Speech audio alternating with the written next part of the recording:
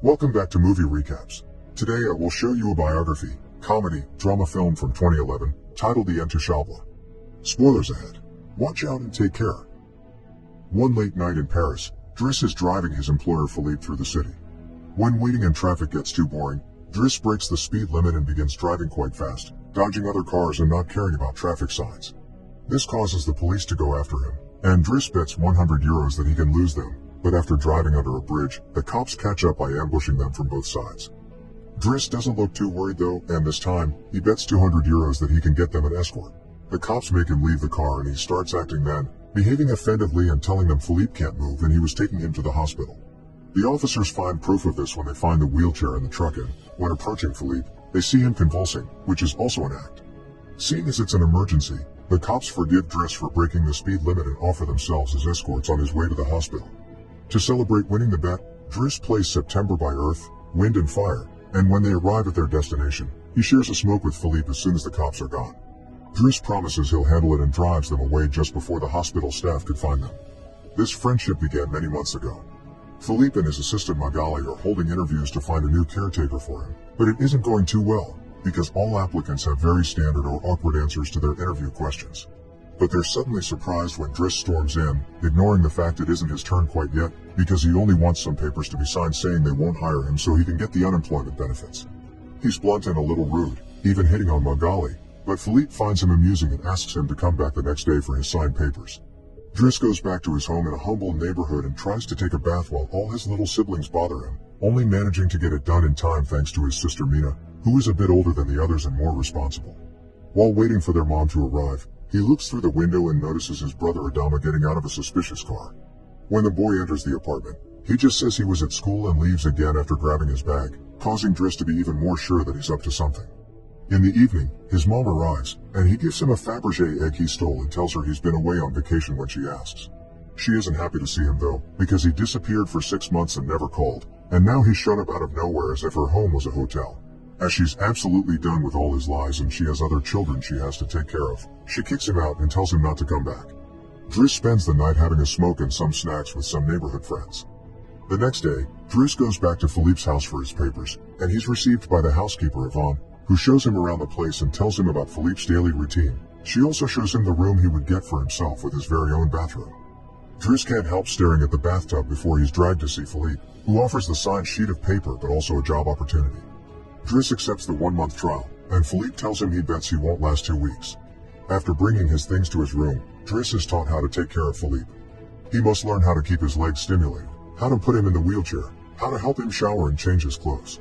Things get awkward when Driss discovers he must put on him some high stockings and even clean his butt after Philippe uses the bathroom. But no matter how much he complains and says he won't do those chores, he ends up accepting them as part of his job. Later in the evening, while he's enjoying a snack on the roof, he's interrupted by Philippe's daughter Elisa and her boyfriend Bastien, who are looking for a private place to make out, and he kicks them both out after refusing to share his beer. Driss quickly gets used to the daily routine with Philippe, even if at first he does make some mistakes he learns from, like handing the phone to Philippe instead of putting it on his ear or forgetting the baby monitor while having a bath. He also learns to organize his mail in different folders, most of the letters he opens for Philippe, but there's a series of private ones he isn't allowed to look at. When he finds a flyer promoting female escorts, he decides to start a file just for those instead of throwing them in the trash as Philippe says. It's not all work in this new life though. Driss still makes sure to have a good time. He keeps trying to hit on Magali to no avail, and sometimes calls escorts to join him in bed. One morning, after Yvonne comes to his room to scold him for being late, she finds some dangerous weapons in his bag, but she doesn't comment on them yet. Driss' work today is to drive Philippe around, but he refuses to put him in the back of a van as if he was cargo, so instead, he takes him on one of the fancy cars that don't see much use. Philippe, who first thinks this isn't suitable and says they should be pragmatic, is soon getting excited at the idea of a faster, less boring ride, although Yvonne still disapproves. When they try to leave the building, there's a neighbor parked at their entrance, ignoring the sign on the door that says it's forbidden. Driss wastes no time and goes after the guy, grabbing him by the front of his shirt and threatening him until he moves the car. Philippe is impressed by his actions, but Yvonne, once again, disapproves. The pair goes to a museum, where Philippe is planning to buy a piece of artwork that Driss considers not worth the money because it's just a red blotch on the canvas. Afterward, Philippe meets with a relative of his, who tells him everyone is worried about Driss since he can be violent. He's also discovered he has a criminal record, but Philippe doesn't care. He appreciates Driss because he doesn't pity him and doesn't mind joking around with him. After another failed attempt at hitting on Magali, Driss has dinner with Yvonne in the kitchen while listening to Philippe dictate a letter to Magali. Claiming it's a private conversation, Yvonne turns off the baby monitor and proceeds to explain what's going on. Philippe is pen pals with a woman called Eleanor. Those are the letters he didn't let Driss open. But he's never met Eleanor in person. Their relationship is purely epistolary. Speaking of love, Driss teases Yvonne for the looks the gardener gives her all the time before going to bed. He's trying to sleep when he hears some weird sounds coming from the baby monitor. Philippe is having trouble breathing. Not being capable to ignore him even if he tries, Driss goes to his room and gently guides him through the attack with soothing words and a wet cloth to wipe his face. Philippe eventually falls asleep, only to wake up again moments later, saying he needs air. This time Driss doesn't hesitate. He puts Philippe on the wheelchair, covers him with blankets, and takes him out for a stroll by the river. This is the first time Philippe has seen Paris at night in a long time, and now he's more relaxed. He explains to Driss that the medicine can only do so much and he sometimes experiences phantom pain. When they see some girls walking by, Philippe also confesses he isn't capable of pleasuring a woman because of his situation, but he still can enjoy some satisfaction when he gets his ears massaged because they are sensitive zones. When the phantom pain threatens to appear again, Driss shares one of his joints with Philippe, who is skeptical at first but ends up loving it. Afterward, they go to a restaurant, where they joke around while sharing a meal, and Philippe decides to share more of his story. He met his wife when they were students, and shortly after they got married, she had 5 miscarriages and was diagnosed with an incurable, terminal illness. That's when they adopted Elisa. Philippe has always loved competitions, extreme sports, and speed, and a paraglider gave him that. It was during a paragliding session that bad weather caused him to crash and break his vertebrae, although he still thinks his real handicap isn't the chair but living without his wife. After joking around some more, Philippe remembers the date and realizes Driss has passed his 1-month trial, so he's now officially hired. But he needs to start by bringing back the Fabergé egg he stole because it was a gift from his wife. She would give him one every year, and he has exactly 25, matching their time together. The next day, Driss goes to talk to Mina when she's leaving school, who's a bit offended because he hasn't been answering her messages except to ask her to look for the egg. She also tells him about some cops that have been calling their home. Afterward, he visits Adama, who confesses he was found with 30 grams on him. Driss wants to take him to lunch, but Adama refuses and instead gets in the same suspicious car from before. Later on, Driss is allowed to be present while Philippe dictates his letter for Eleanor to Magali. He thinks this purple prose is very boring and that Philippe should be more direct. He's also baffled to hear that this has been going on for 6 months and they never exchanged pictures. When he finds her phone number on one of the letters, he takes it as a sign and calls her, obliging Philippe to take the phone and finally speak to her outside the written word. Their conversation goes so well, Philippe is now on the phone with her all the time, even right before he and Driss attend the opera, during which Driss laughs and makes fun of the costumes. The next day, Driss convinces Philippe to accept to exchange pictures with Eleanor and chooses one of him in the wheelchair. Afterward, while he's painting, Elisa bursts into his room to ask him for cigarettes and makes fun of him for trying to be artistic. Getting angry, he kicks her out before going to see Philippe, who is currently asking Yvonne to change the chosen picture for one of him when he wasn't quadriplegic. She hides the picture inside the escort file right before Driss burst in, complaining about Elisa and telling Philippe he needs to discipline her, something Yvonne agrees with. Philippe agrees to talk to her, but he's mostly surprised when Driss lets it slip that he's been painting. Days continue to pass, and the friendship between Philippe and Driss continues to grow. Driss takes him to play in the snow and brings him with him when he goes out for a run. Philippe gets him his first suit and scolds his daughter while Driss listens to him through the baby monitor. When Driss finishes his first painting, he shows it to Magali, who slaps him when he tries to kiss her. Philippe, however, likes the painting and promises he'll try to sell it. The two of them have a great time with each other, enjoying things like getting a faster car, sharing joints, and even hiring escorts together. When Philippe's birthday comes, he isn't very excited about it. Every year, he pretends to be surprised that they're throwing a party and has to meet with all these relatives that only come to see him on the date to check he's still alive. Philippe says it'll all be rather boring.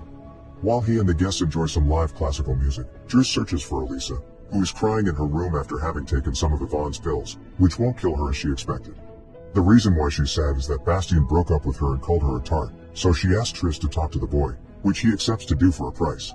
Meanwhile, Philippe is showing Driss painting to his relative and manages to convince him to buy it for 11,000 euros. Driss goes back to the dining room and chats with Yvonne, who tells him Magali is in a relationship with someone named Fred, but things are rather rocky at the moment, giving Driss hope. As the party begins to die down, Philippe makes Driss listen to some of the most important songs in classical music history, but he can only joke in response. After the band is done, he brings his iPod and plays Boogie Wonderland by Earth, wind and fire before he starts dancing right in the middle of the floor. He's an incredible dancer and he even convinces the rest of the party to join him and dance with him, which Philippe enjoys watching. Later, when putting Philippe to bed, Driss opens Eleanor's latest letter to him. She sent her picture, showing she's rather pretty, and is telling him they should meet next week when she visits Paris. When the day of the date comes, Yvonne and Driss put Philippe through dozens of outfits until they find the perfect one. And since it's Yvonne the one that will take Philippe to the date, Driss uses his day off to visit Bastien and threatens him until the boy accepts to apologize to Eliza and to bring her croissants every day. He also asks him to fix his hair. Afterward, he visits his mother at work, but only to watch her from afar. At the restaurant, Yvonne and Philippe are waiting for Eleanor, who is very late. After waiting for an hour, Philippe gives up, calls Driss to ask him to take him away, and then leaves the restaurant without noticing Eleanor is arriving at the same time. That same night, Philippe takes Driss with him in his private plane and gives him the money he got for selling the picture, making him immeasurably happy. They make it to the countryside the next morning, and Philippe decides to go paragliding, dragging Driss with him as well. Driss doesn't want anything to do with it, but after initially freaking out, he ends up enjoying the experience. When they return home, Adama is there waiting for Driss and gets scolded when he sees the scars on his face. Adama will still not tell Driss what's happening in his life though, so Driss makes him wait in his room while he calls Mina to tell her not to worry and goes to put Philippe to bed. Philippe, however, isn't sleepy yet. After making Driss look at a painting with him, he asks him about his family, which Driss at first doesn't want to talk about, but eventually gives in. It turns out Adama technically isn't his brother and his parents aren't actually his parents, they're his aunt and uncle. They fetched him from Senegal when he was 8 because they couldn't have kids, and his real name is Bakari Bassori, but because other kids had that name, they called him Idris, and that became Driss. One day, his aunt miraculously was able to conceive, and after his uncle died, there were other men and more kids as well. In the same way Driss had talked to him about Elisa, Philippe points out that Adama needs discipline, so he fires Driss so he can be there with his family because he can't spend his whole life taking care of an old man. The next morning, after Bastien has brought his daily croissant while wearing a better hairdo, Driss packs his bags and gets ready to go. Magali comes to say her goodbyes, and when Driss tries to hit on her one last time, Magali introduces him to his significant other Fred, which is short for Frederic. Turns out Magali isn't interested in men, and Driss gives up on the spot. On his way out of the house, he gives the baby monitor back to Yvonne and teases her for having lied to him about Magali just to mess with him. In return, she gives him the escort file he had started, and he's disappointed to find the picture he had chosen is hidden there. Driss throws away the file, but he keeps the photo for himself. Once outside, he finds a car once again blocking the entrance, so he asks him to move away even if he doesn't work there anymore. When Adama calls him out for it, Driss says it's a matter of principle. A few hours later, the two brothers go pick up their mother at the station while back at the house. Philippe is having his first dinner together with his new caretaker, who is stuffy and boring, and Philippe decides to leave him without even having a bite. Since Yvonne is out on a date with the gardener, nobody is there to scold him for it. As days pass, Driss goes back to his old life. He hangs out with his old friends again and tells the guys from the suspicious car not to bother Adama anymore. When he goes to an interview he doesn't have enough experience for, he manages to win over the employer by calling himself pragmatic and using all the art knowledge he acquired while working for Philippe. This lands him a job as a driver. Philippe continues to dislike his new caretaker and is in a constant bad mood. One night, he refuses anyone in the house to help him with his phantom pain, so Yvonne calls Driss and asks him to come over. That's how they find themselves in the situation from the beginning, with the cops chasing after them first and escorting them to the hospital later.